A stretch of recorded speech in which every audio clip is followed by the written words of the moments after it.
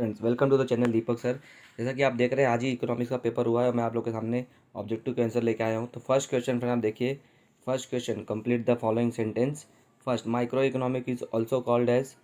Friend, micro economic is also called as price theory. तो micro economic हम क्या बोलते हैं फ्रेंड? प्राइस थियरी बोलते हैं। तो फर्स्ट का आंसर क्या हो जाएगा? Second, money market faces shortage of fund due to. Friend, money market face shortage of fund due to. Shortage of fund money market में क्यों हो रहा है?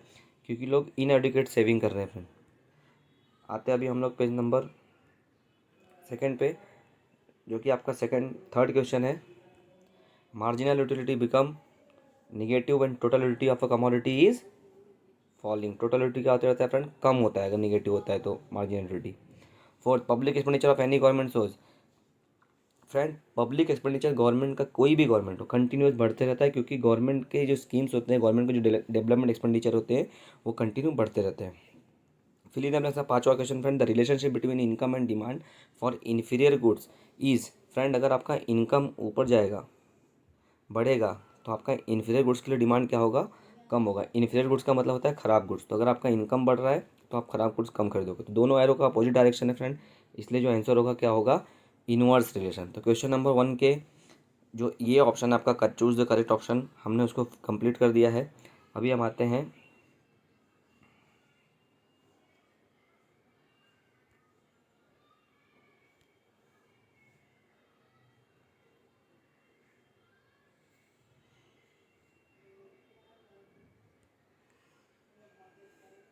फाइंड द ऑड वर्ड पे। तो फ्रेंड यहाँ पे देखेंगे रिवेन्यू कॉन्सेप्ट। तो गवर्नमेंट के लिए क्या रिवेन्यू है? Total revenue, average revenue, total cost और मार्जिन। बाकी सब रिवेन्यू फ्रेंड, ये टोटल कॉस्ट आप देखेंगे तो total cost is a types of cost, it is not a revenue. Quantitative tools of credit control. Friend, RBI दो तरीके से क्रेडिट को कंट्रोल करती है। पहला क्वालिटेटिव मेथड है और दूसरा क्वान्टिटेटिव मेथड है। तो जिसमें bank rate, open market operation और वेरिएबल रिजर्व रेशियो, ये क्वान्टिटेटिव मेथड होते हैं फ्रेंड। लेकिन जो फॉरेन एक्सचेंज रेट है, ये कोई भी मेथड में नहीं आता है फ्रेंड, क्वालिटेटिव में आ जाएगा। थर्ड पे आते हैं friend, scope of micro economic. तो friend, scope of micro economic में तीन ही पॉइंट्स हमारे पास। Theory of product pricing, theory of factor pricing and theory of economic welfare. जो ये पॉइंट है, theory of economic growth and development, ये मैक्रो इकोनॉमिक का कॉन्सेप्ट है। Non tax revenue. Non tax revenue में क्या आते हैं? Fees is a non tax revenue, penalty is a non tax revenue, wealth tax ये डायरेक्ट टैक्स का part है friend, special levy is a non tax revenue. अभी आते हैं क्वेश्चन नंबर सेकंड के फिफ्थ क्वेश्चन पे। Types of single index number. Friend, Laspeyres Paasche index number, price index number, quantitative index number, value index number. जो last के three है, price index number, quantitative index number, value index number, ये friend types of simple index number है। जो Laspeyres index number है वो weightage वाले हैं। तो फ्रेंड, आपका ये क्वेश्चन नंबर 1 का बी भी क्लियर हो गया है। होप आपको ये वीडियो अच्छा लग रहा होगा और आपके ऑब्जेक्टिव लगभग सही हो रहे होंगे फ्रेंड। अभी हम आते हैं क्वेश्चन नंबर 1 के सी पे। Give economic term. तो the volume of commodities and services turn during a given period counted without duplication. Friend, ऐसा कौन सा वैल्यूम है जिसमें क्वांटिटी और सर्विसेज डबल नहीं होते हैं during a given period of time में? तो फ्रेंड, इसका जो आंसर है वो है national income. National income. National income में हम क्या करते हैं? हम किसी भी चीज़ को डबल काउंट नहीं करते हैं। तो इसका जो आंसर है फ्रेंड, वो नेशनल इनकम है। Second, a desire which is backed by willingness to. एकदम सिंपल आंसर है फ्रेंड इसका, demand. Demand is desire backed by ability and willingness to pay. Friend, एकदम सिंपल क्वेश्चन था ये।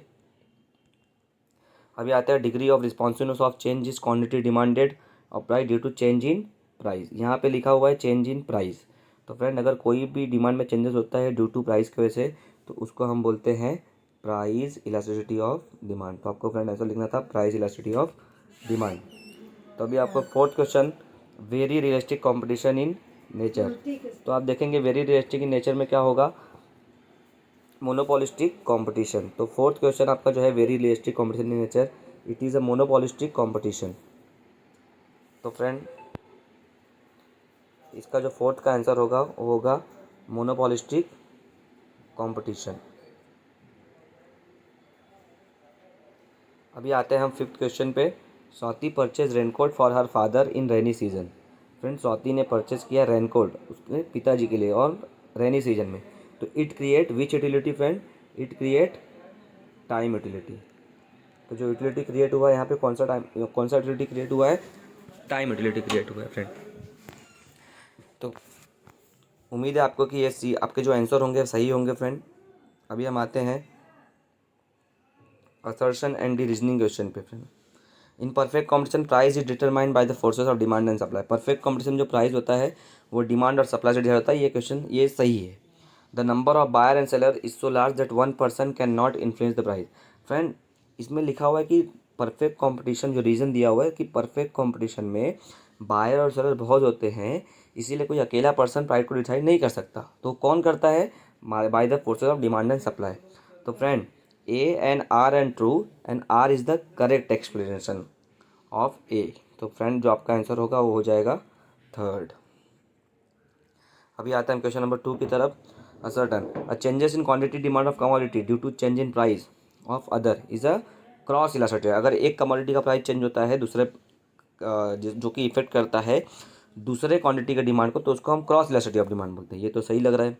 Second, changes in consumer income leads to change in quantity demand. Friend, income जो change होता है, change in consumer income lead to change in quantity demand. तो अगर consumer का income change होता है तो उसका डिमांड भी चेंज होता है। ये भी बात सही है। तो फ्रेंड, देखते हैं आंसर क्या है।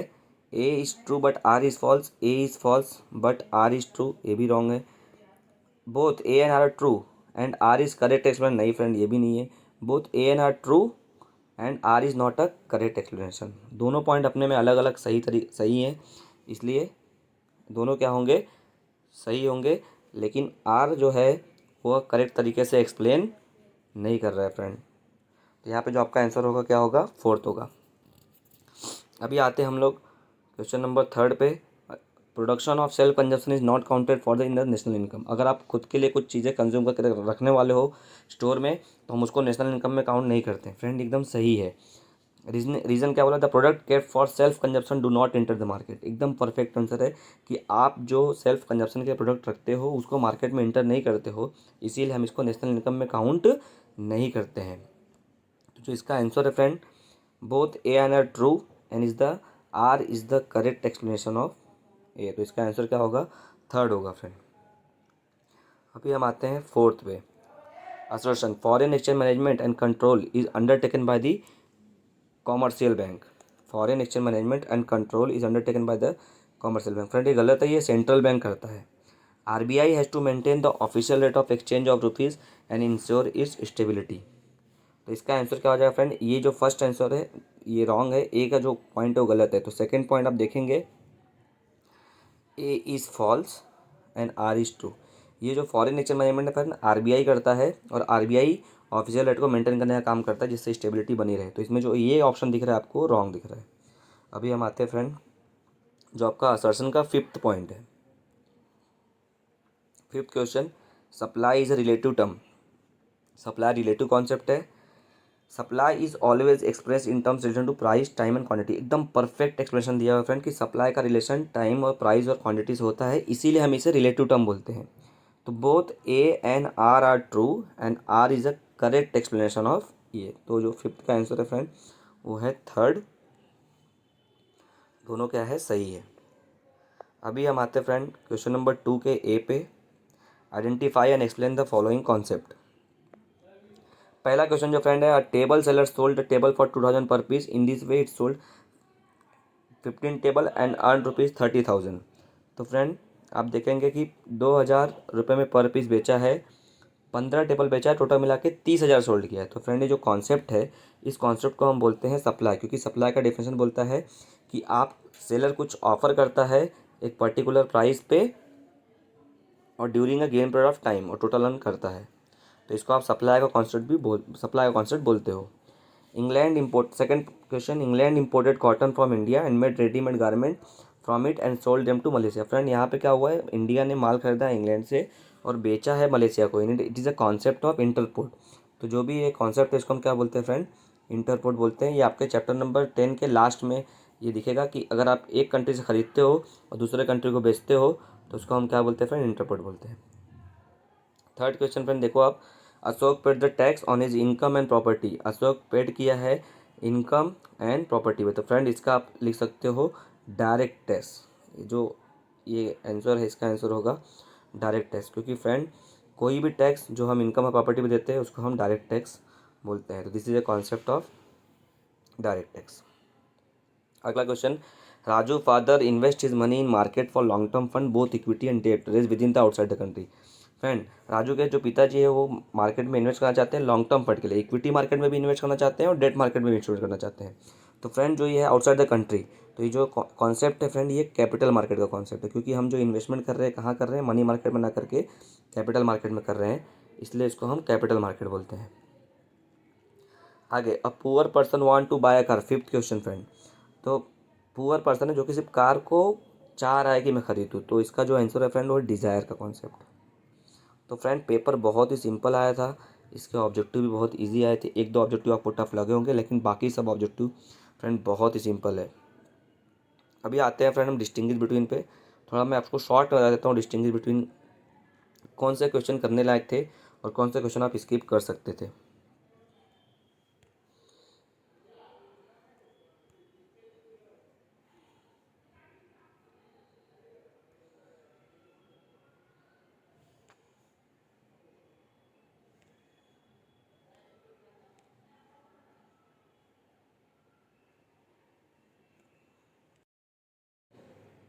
तो फ्रेंड मैं आपको बता दूँ जो डिस्टिंग्विश बिटवीन है, आपको 5 डिस्टिंग्विश बिटवीन दिए थे जिसमें से आपको सिर्फ 3 डिस्टिंग्विश बिटवीन करने थे। तो मैं आपको सिर्फ ये बताना चाहूँगा कि कौन से क्वेश्चन आप कर सकते थे। तो फ्रेंड एकदम सिंपल, पहला है जो यूनिट इलास्टिक डिमांड और रिलेटिवली इलास्टिक डिमांड है, आप इसको आराम से लिख सकते थे। दोनों का डेफिनेशन लिखना चाहिए था आपको, दोनों का डायग्राम बनाना चाहिए था और दोनों के वैल्यू लिखने चाहिए थे कि यूनिट इलास्टिक डिमांड का वैल्यू 1 होता है और रिलेटिव इलास्टिक का वैल्यू मोर देन 1 होता है। बाद में उसको एक्सप्लेन कर देना चाहिए था कि ओपी जब प्राइस था तो ये ओक्यू हो गया और जब ये प्राइस ओपी था तो ओक्यू हो गया। तो एकदम सिंपल 4 पॉइंट इसके बन जाते थे फ्रेंड, 3 पॉइंट लिखते थे तो भी चलता था। सेकंड फ्रेंड, अगर आप माइक्रो इकोनॉमिक नहीं पढ़ के गए हो तो इसको आप नहीं लिखेंगे तो भी चलेगा। जो थर्ड डिस्टिंग बिटवीन था बहुत ही सिंपल डिस्टिंग बिटवीन था friend, demand deposit and time deposit. मतलब demand deposit on demand withdraw कर सकते, ऐसा डिपॉजिट जो आप ऑन डिमांड विड्रॉ कर सको उसको डिमांड डिपॉजिट बोलते हैं, और टाइम डिपॉजिट जिसको आप एक पर्टिकुलर टाइम के बाद विड्रॉ कर सकते हो उसको हम टाइम डिपॉजिट बोलते हैं। जो डिमांड डिपॉजिट होता है इसका रेट ऑफ इंटरेस्ट कम होता है, टाइम डिपॉजिट का रेट ऑफ इंटरेस्ट ज़्यादा होता है। इस डिमांड डिपॉजिट के लिए कोई भी टाइम डिसाइड नहीं होता है, कभी भी पैसा विड्रॉ कर सकते हो। टाइम डिपॉजिट के लिए एक सर्टेन पीरियड होता है। तो बहुत ही सिंपल पॉइंट है फ्रेंड, 3 पॉइंट आप यहाँ पे भी आराम से बना के लिख सकते थे। डिमांड डिपॉजिट का चौथा पॉइंट आप लिख सकते थे कि डिमांड डिपॉजिट में 2 टाइप्स होते हैं, सेविंग अकाउंट और करंट सेविंग डिपॉजिट और करंट डिपॉजिट। टाइम डिपॉजिट में आप 2 लिख सकते थे फ्रेंड, फिक्स डिपॉजिट और रिकरिंग डिपॉजिट। तो 4 पॉइंट बहुत ही सिंपल सिंपल पॉइंट थे फ्रेंड। अगर मान लीजिए आपने मैक्रो इकोनॉमिक नहीं पढ़ा है, सिंपल इंडेक्स नंबर और वेटेड इंडेक्स इसको छोड़ दीजिए। Stock and supply friend, stock and supply सबसे ज़्यादा इंपॉर्टेंट था, मैंने अपने बच्चों को क्लासेस में पढ़ाया भी था एंड मोमेंट पे लास्ट दिन रिवीजन के टाइम की स्टॉक और सप्लाई का डिस्टिंग बिटवीन बहुत ज़्यादा इंपॉर्टेंट है। तो आप स्टॉक में ले सकते थे goods which are manufactured and store, इसको हम स्टॉक बोलते हैं। सप्लाई को हम लोग which are offer for the sale at particular price supply बोलते हैं। स्टॉक फंड कॉन्सेप्ट है, सप्लाई फ्लो कॉन्सेप्ट है, स्टॉक बड़ा कॉन्सेप्ट है, सप्लाई छोटा कॉन्सेप्ट है। Stock can not exceed supply, stock can exceed supply और supply can not exceed stock, stock supply से ज़्यादा हो सकता है, सप्लाई स्टॉक से ज़्यादा नहीं हो सकता। बहुत ही सिंपल डिस्टिंग, 6 मार्क्स जो 6 मार्क्स है एकदम आपके हाथ में थे फ्रेंड, और 5 में से 3 डिस्टिंग वाला कुछ भी हार्ड नहीं था फ्रेंड। अभी हम आते हैं 6 पे,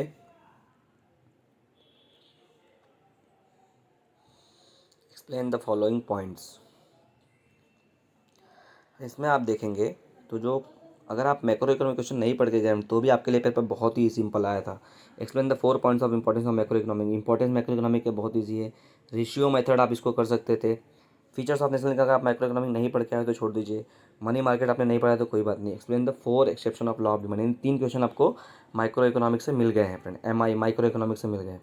अभी हम आते हैं क्वेश्चन नंबर 4 पे, एग्री डिसएग्री पे। फ्रेंड एग्री डिसएग्री का बहुत सिंपल दिया था, there are no exception to the law of supply. Friend law of supply के बहुत सारे एक्सेप्शन हैं, तो आपको पहला क्वेश्चन करना चाहिए था। बैलेंस ऑफ ट्रेंड आपने माइक्रो इकोनॉमिक पढ़ के नहीं गए तो कोई बात नहीं। इंडेक्स नंबर अगर आप पढ़ के गए तो कोई बात नहीं। There are no difficulties in management of national income में फ्रेंड हमने पढ़ा था थियोरेटिकल डिफिकल्टीज़ और प्रैक्टिकल डिफिकल्टीज़ बहुत ज़्यादा इंपॉर्टेंट क्वेश्चन है। इसमें हम ट्रांसफ़र इनकम की बात करते हैं, ब्लैक मनी की बात करते हैं, इलीगल की बात करते हैं। तो फ्रेंड बहुत ही सिंपल क्वेश्चन थे ये। ट्रांसफ़र पेमेंट आप आराम से लिख सकते हो इस अनएम्प्लॉयमेंट अलाउंस के बारे में और वेजेस के बारे में। तो फ्रेंड बहुत ही थ्योरेटिकल डिफिकल्टीज बहुत ही ईजी थे।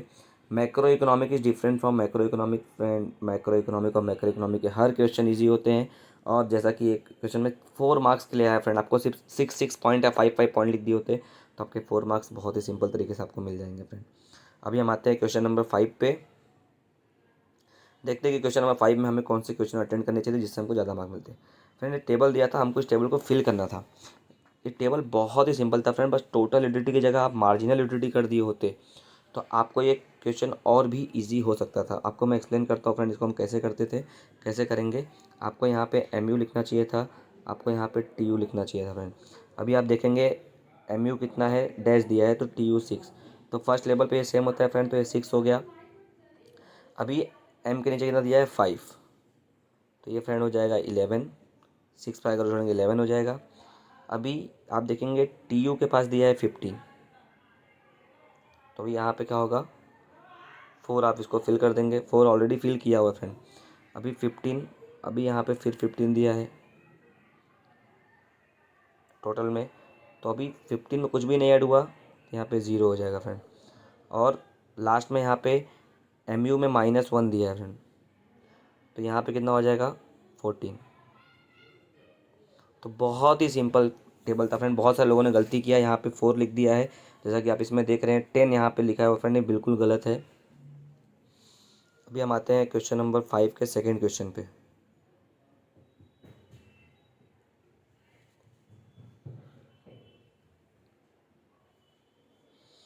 फ्रेंड फर्स्ट क्वेश्चन में ये भी कुछ क्वेश्चन पॉइंट लिखे हुए हैं यहाँ पे, थोड़ा हम उसको स्टडी कर लेते हैं। टेबल फिल करने का आपको यहाँ पे है कंप्लीट द एबो टेबल। हमने टेबल को कंप्लीट कर लिया, 2 मार्क्स हमको वहाँ मिल गए। When the total utility is maximum the marginal utility is 0। ये तो बहुत ही सिंपल क्वेश्चन है फ्रेंड, इसका आंसर क्या आएगा यहाँ पे 0। तो आप यहाँ पे 0 लिखेंगे। When total utility falls marginal utility become negative. Total utility friend जब कम हुआ है 15 से 14 हुआ है, तो जो मार्जिनल यूटिलिटी क्या हो गया है निगेटिव हो गया है। अभी हम आते हैं क्वेश्चन नंबर सेकंड पे।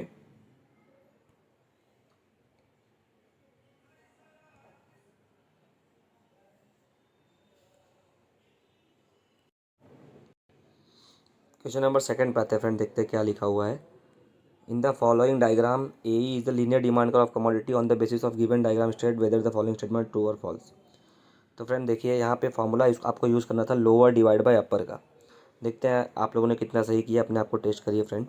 यहाँ पे लिखा हुआ है demand at point C is a relative elastic demand. तो फ्रेंड आपको एक सिंपल यहाँ पे काम करना चाहिए था, इसमें एक वैल्यू रख देना चाहिए था 4 4 4 और 4। अभी देखते हैं फ्रेंड, इसका बहुत ईजी हो जाएगा। इसका फार्मूला होता है फ्रेंड लोअर डिवाइड बाय अपर। ठीक है, अब देखते हैं क्या होता है। सी पॉइंट पे देखिए लोअर एनी वैल्यू कितनी है 4, 4 डिवाइड बाय 12 करेंगे तो 1 से वैल्यू कम आ रहा है। अगर आप देखेंगे लोअर कितना है वैल्यू सी के 4, तो 4 डिवाइड बाय 12, क्योंकि ऊपर इसके कितना है 12 है, तो अगर आप पॉइंट में डिवाइड करेंगे तो ये माइनस, तो लिखा है कि तुम 1 से कम आएगा तो demand at point C is relative elastic demand. नहीं फ्रेंड, लेस देन होता है तो रिलेटिव इन इलास्टिक होता है, तो पहला आपका गलत है, फॉल्स है। अभी हम आते हैं सेकेंड पॉइंट पे। Demand at point B is a unit elastic demand. तो बी अगर लोअर देखेंगे 12 डिवाइड बाई 4 3 आ रहा है आंसर फ्रेंड, तो जो आपका सेकंड है वो भी रॉन्ग है, क्योंकि अगर आप देखेंगे तो बी के नीचे कितना है 12, तो 12 डिवाइड बाय अब ऊपर कितना है 4, तो आंसर कितना आ रहा है 3। तो ये भी क्या है फ्रेंड फॉल्स है। अभी आते हैं फ्रेंड हम लोग क्वेश्चन नंबर थर्ड पे। Demand at point D is a perfectly inelastic. D पे फ्रेंड देखिए 8 डिवाइड बाई 8 1 होता है फ्रेंड, तो ये भी फॉल्स है। आपको यही लिखना है friend, on the basis of given diagram state whether the following statement true और फॉल्स। तीनों फॉल्स हो गए अभी तक, जिसमें हम डायग्राम को देख के एक्सप्लेन करते हैं। अभी हम आते हैं read the given passage and answer the following. Index number is a technical measure changes in variable of group related variable where geographical location other characteristics.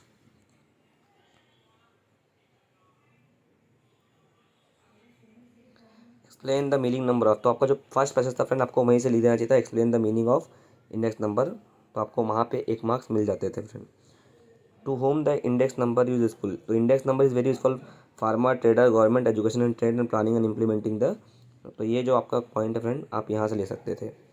Third, express your opinion about the given passage. तो friend आपको यहाँ पे लिखना चाहिए था कि हमें index number के, हमें इस क्वेश्चन में इंडेक्स नंबर का जो मीनिंग बताया गया है और यूज़फुलनेस बताया गया है, साथ ही साथ हमें स्कोप में भी बताया गया है और क्या इसके मेन ऑब्जेक्टिव हमको एक्सप्लेन किया। तो फ्रेंड इसका आपको समरी लिख देना था डायग्राम का मिला के, आपको 2 मार्क्स आसानी से मिल जाते थे। यानी फ्रेंड आप देखेंगे तो बहुत ही ईजी आया था और इसमें आपको थर्ड, फर्स्ट, सेकंड, थर्ड बहुत ही ईजी क्वेश्चन दिए फ्रेंड।